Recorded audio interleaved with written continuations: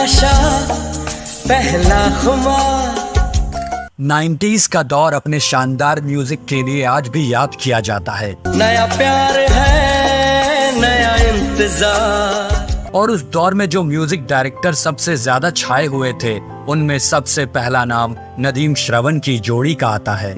लेकिन क्या आप जानते हैं कि उसी दौर में म्यूजिक कंपोजर की एक जोड़ी और थी जिसने नदीम श्रवण जितना काम तो नहीं किया, पर कुछ चुनिंदा फिल्में करके भी वो अपना नाम बनाने में कामयाब रहे और नदीम श्रवण की जोड़ी को करारी टक्कर दी। हमारी बातें को जितना हमें आता है। इस जोड़ी ने उस दौर में इतना शानदार काम किया था कि आज भी इन्हें इनकी फिल्मों के म्यूजिक के लिए याद किया जाता है।